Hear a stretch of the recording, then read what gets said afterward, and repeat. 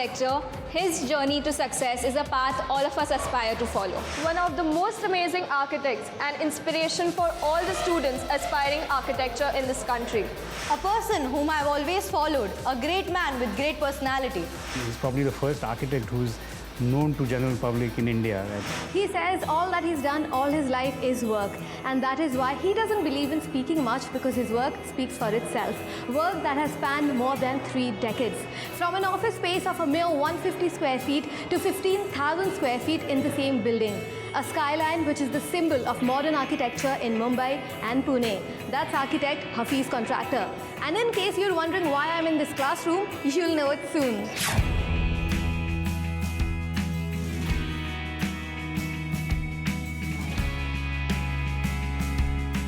So passionate he is about architecture that once he starts talking about it, he can talk for hours at length. And mind you, every word of his will grip you. You'll never know when those hours went by and you'd still want to listen more. Architect Hafeez Contractor's passion comes from his struggle, right from his days of trying to become an architect when he was rejected from all architecture schools because of his low marks, to his struggle now, even as the leading most popular architects in the country, to make Mumbai a beautiful, livable place. He's worked his drawing pen around across the country and outside. You must have driven past them. Yes, these structures bear the stamp of architect Hafeez Contractor and speaks volumes of his futuristic vision. His multiple national and international awards are just a number. His quest against the redundant laws to create a better place to live in talks of his zeal. Zeal at mid-60s, and there's still no stopping.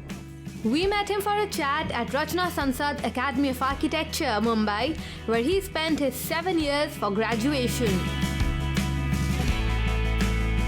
So this is the college library, and this is where we decided to chat with architect Hafeez Contractor, because this is one place where he spent a lot of his time during his college days. Sir, it's a pleasure to have you with us here. Sir, since we're in your college, I'd like to begin by those days. You were not a great student academically, but you were very creative. You were always into drawing, and you were finding it difficult to get admission. And you often say that creativity makes an architect and not marks. I owe a lot or everything to this school. And first of all, no other school was giving me admission. And I'm really thankful. We had a very, very humble beginning. We were in sheds, but that didn't stop us from learning. We had great teachers. I'm sure every student feels that the teachers are not great, but when they pass out, and then you realize that, oh, they were really great. I really feel that all our teachers taught us very well. I have real fond memories of this school, and I love my school. So there is one thing I've been very curious about and wanted to ask you. Even before you joined college, you were with your cousin in the architecture firm. How did you find out that the professional architect who was designing the window couldn't open? Because See, it was a lot of technicality. Somebody would say that you may ask, a kid sings well. I can't sing. I can draw. Who taught me to draw? It's God's gift. So the same way, I was not a great student. I never used to like reading books. But all the time, I used to design.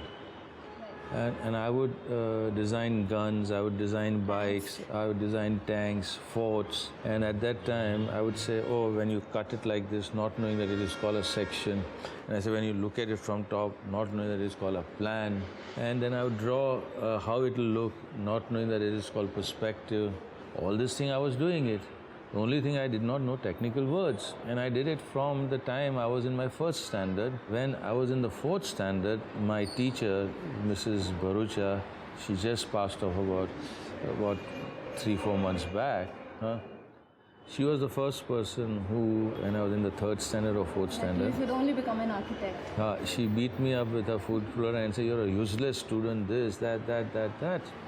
But remember, when you grow up, Don't do anything, become an architect. Once you also mentioned that the quality of students coming out of architecture schools is not that great because schools now demand subjects like maths. So interior design students maybe are more better, and this is something that you also experienced. See, what finally you need now, whatever was taught to me in mechanics, and we had chemistry, we had all those subjects. Nothing of that is anything of any value today. But creativity is the most important thing. But that creativity nobody considers. Everybody looks at the SSC marks and everybody looks at that. But a lot of times those students are more brilliant, but they don't have creativity. So we still have, I would say 90% of the staff working in my office today will be much better and brilliant in so many ways than me and a lot of other guys. But they're not creative. But somebody who is not that brilliant, but is creative. There's hardly anybody who is creative and brilliant and this, okay? That's a completely different, but the basic thing is we need creative people. Right. And the first thing, taking in of students in an architectural college, they don't take creative people. So a lot of creative people, they do not qualify as far as the mark system, so they go into interior design. Right. So I have so many of my interior guys who are very creative, not as creative as architects. And so your story could serve as an inspiration for budding architects because you scored an A+ all 7 years. But I had difficulty getting admission. Right. I had to get a letter of recommendation from Mr. Dallas, who was the president. And Mr. Gumaz Mandrekar just said, okay, I'll allow you to appear for an entrance exam. If you score well, then, so that was my good luck. So you had very strong opinion when we were listening to you in the hall earlier this morning about the future urban planning of Mumbai. The chances are very bleak if everyone, they do not stand up for the cause of Mumbai. When it came to high-rise committee, you call them a bunch of jokers. You had very strong opinion about them. What is the solution? How could this be tackled? We just need to get rid of so many useless laws. There's nothing like CRZ. Why? The whole world is reclaiming it. Why is it good for them and why is it not good for us? We are listening to all rubbish that if you reclaim, this will be getting eroded. Dubai is reclaiming, Hong Kong is reclaiming, Tokyo is reclaiming, every city, Singapore is reclaiming. Every few years we go to Singapore, we see a new area and we admire it. We admire the greenery of, next to the highway. All that is reclaimed. And we have not created a single large green lung space in our city. We keep on talking about that Bombay doesn't have greenery. We can create. We have plans for all that. We can create. Nobody wants to do it. They just want to criticize.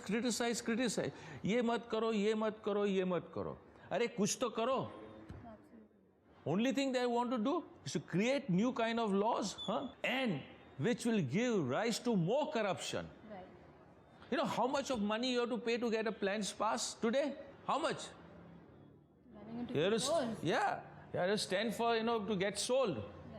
It's crazy, and I tell you, and to see all other cities are progressing, and we were the first to make a flyover.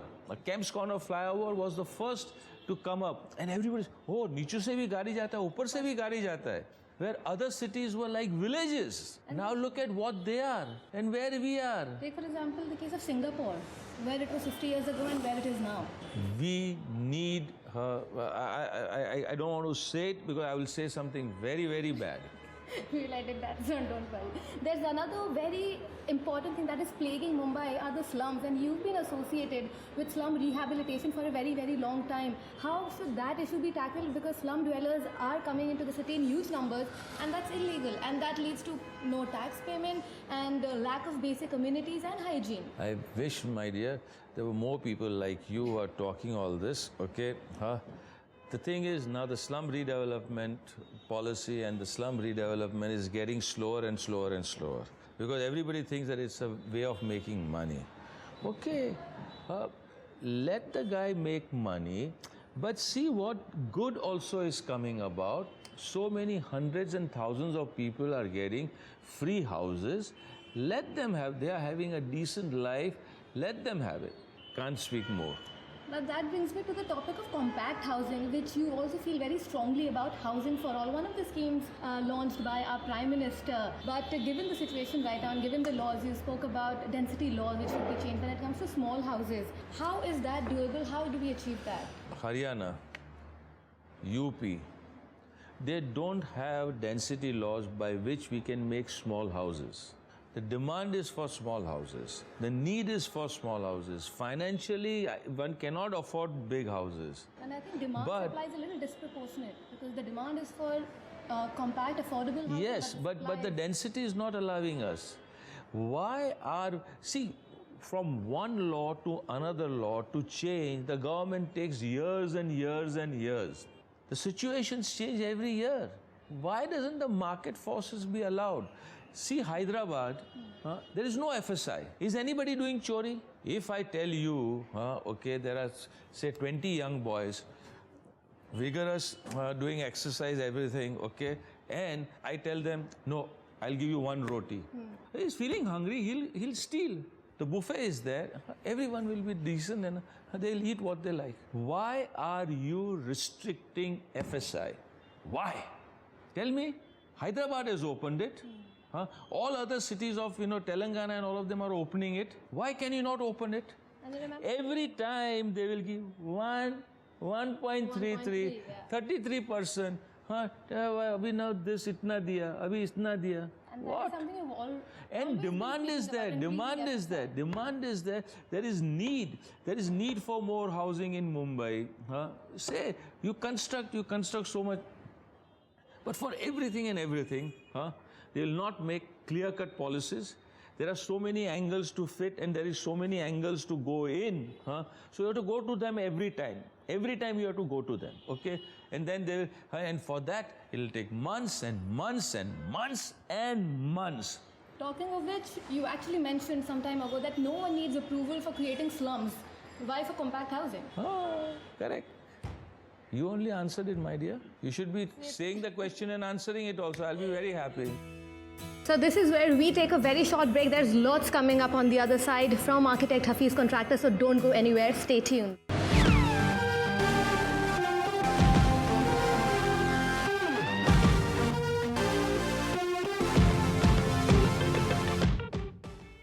Welcome back from the break. There's lots that we are going to chat with from architect Hafeez Contractor, one of the leading names in the industry of architecture. Do you think approval should be scrapped or how No, one second. You have environmental approval.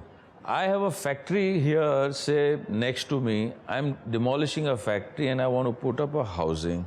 I have to stand in the queue for 1.5 years to get my environmental approval. And after getting that line, I'll create so much of paper, I'll create this, I'll create that. What will I do? This, do this, do this. Why can I not type it and give it? It should be a bylaw. And for that 1.5 years of delay, how much money? I think we really, our Prime Minister has got all good intentions. A lot of our leaders have got all good intentions. The only thing that they have to do is make good laws and abolish bad laws. The trouble is, nobody has got the guts. If you tell them, now this law doesn't work now. I have talked to so many ministers, I have told them, no, they'll say, निकाल तो नहीं सकते, पर अपन उसको जरा modify करेंगे. And the modification doesn't work. Modification is another hassle.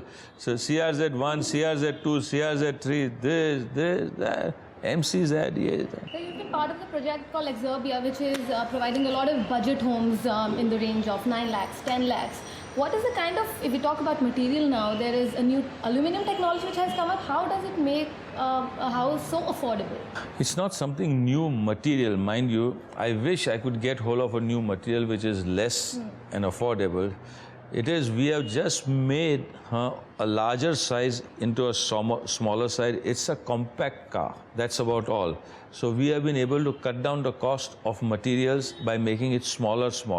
And we have designed it in such a way that it is more affordable. Yes, we have taken care of services, we have taken care of electrical, we have taken care of materials, how we use less material. But there is no new material that has come about that instead of concrete, I can use paper. Concrete is so many pieces of square cubic meter. I can use it, and it's stronger, better. I wish we get that. I'm dreaming for it. I worked for it for so many years, and we came to certain materials, but then it will not work in fire, then it will not work in. So we've not come to that. So Exerbia is a compact house, an affordable house. Smartly. You always said you love glass. Glass is the material of the new century, which has always been a topic of debate for environmentalists and a lot of other people. How would you advocate the use of glass as an art? What are you wearing? You're wearing a gown, sorry. Yeah. Okay. You wear a skirt. When the skirts came, everybody criticized it. Okay? Saris were the norm of anything happens new. People will criticize it. The old, they used to make stone buildings, solid building, this, RCC building, arey kya banata hai ye. Now steel and glass, now RCC buildings are accepted. It's like, you are the new bahu. For few months, years, you are the outsider. Then you become the insider and then you start ruling the goose. Okay, so the same way, this glass is the new thing, the new bahu. You can criticize. He's an outsider. Then everybody will embrace it. Mark my words, is the material of the future, the material of the next century. Mumbai Coastal Road, you've been associated with it, you are part of the project. A lot of environmentalists, engineers, a lot of people have different opinions. Some are advocating the use of a lot of public space. There shouldn't be road because, as you mentioned downstairs also, that there's a negligible percentage which uses cars, but they also need a road to ease out traffic or for various other reasons. I think the less talked about coastal road is better. It's just not the coastal road. It is a coastal road with creating something like 1,000 acres of greenery. Just imagine your whole microclimate of your city will change. People are talking about sea levels rising. This coastal road is your answer. You increase the levels so that the whole western side will be higher. We have the eastern side also. Raise the eastern side. You'll be the first city to take care of the rising of the sea waters so that we can say, okay, for another 100 years, Bombay doesn't have to worry about it. People are not looking in the future. They are just making, issues for every day, and they are just getting muddled into that. Think about the future. What will happen? How beautiful a city can be. We can make better than Singapore. Okay, we can have more greenery than Singapore. Singapore, after 20 years, 30 years, 50 years, may get submerged. But we can say Mumbai is not going to get submerged. Think about that. What's saying? It's not just coastal road. So you're saying it will be a balance of green land? Absolutely. You talk for so many times. How many times you have to talk? How many times you have to say all these things?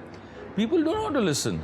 Climate change is a big problem, as you mentioned, rising sea levels. It's a big issue that we... Correct. So you're taking care of it. If you are creating so much of greenery, you're taking care of it, okay? You should think about how our new building bylaws, how the terraces can get more green, how your balconies can be more green. You should do all that. How you should be able to grow more vegetables. All that you should think about. Because green concept is also the new buzzword, sustainable infrastructure, energy efficient buildings, and you are someone who always takes care of the environment. Take, for example, the Hiranandani Tower that you constructed. You took care of the view of the hills. Because right now we are seeing only a few commercial buildings which are coming up as green buildings. What about residential complexes? You can, this is what I'm just talking about, how balconies can be more green, how terraces can be more green, how you're reorienting your buildings, how podiums Podiums can be more green. But we have this new law that you cannot make greenery on your podium. Otherwise, it is taken in FSI. This bloody FSI, every minister and every bureaucrat is holding it in front of us. And open it up. Open it up. Give it free. Then nobody will steal it. Give it free. It is not yours. It is ours. It is the city's. FSI is not yours. I'm talking as a minister. Yes, it belongs to the people. Today, people are living in small quarters. Why? Delhi, with all that, the best of the Delhi, 20,000, 30,000. Here, a lakh of rupees. What? Absurd.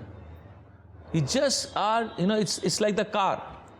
That old Ambassador car, after using it for 5 years, you could sell it at a higher price. But was it a great car? No, it was a lousy car. Same thing with housing in Mumbai. Opened it up, Maruti came, this came, that came. Now today, nobody even talks about Ambassador. Why isn't that thing getting done in Mumbai? Every other city has increased the FSI. Every other city. We are still talking, we are still talking, we are still talking.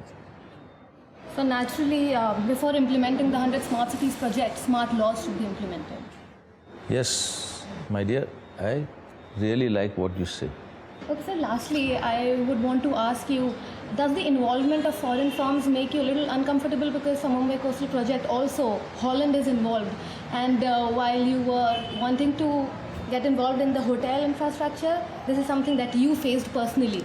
See, in a way, I don't like these foreign firms. We have enough of expertise in India. But what happens that we have another very big cancer in our country. The lowest quotation. If you start having, local consultants, how much due, how much this, and the lowest guy will be given, and that you will not get the best. A foreign consultant, then that thing doesn't come. Or expert hai, karke usko bahar se leke aao. So I am saying, Baba, take the foreigner also, but get the work done. Because if we get muddled up into this tendering business, another 1 year, 2 years will go, nothing will happen, and the whole project will get much more muddled up. So get a foreigner. I think I have come to one conclusion. We should have foreigners as our politicians. Really? Then we will have good laws. Foreign architects, foreign consultants. Why aren't we having the chief minister foreign? Okay, He's more brilliant. Okay, you had an opportunity to settle abroad after your graduation. You did not. Yes, because I love my country. I want to come to my country. I would have been, if I was abroad, 4 cars, this. I would have been, in a different way. Okay, here, fine. I'm happy. But this is my country. I love my country. I would like to just end by asking if there's any dream project that you still have and you want to achieve. Well, the West Side Freeway with the greening is the best project that you'll change the lifestyle of people, you'll change the environment of the city. What more do you want? And raise the levels, you will protect the city from the sea levels rising, so you can talk that, you've made this city safe for another 100 years. 100 or 200, 300. Otherwise, once the sea levels start rising, you can't do a damn thing in 1 year. What better you want? Sir, we hope that actually turns true, and our ministers keep in mind what you have suggested. Thank you so much, sir, for joining us here.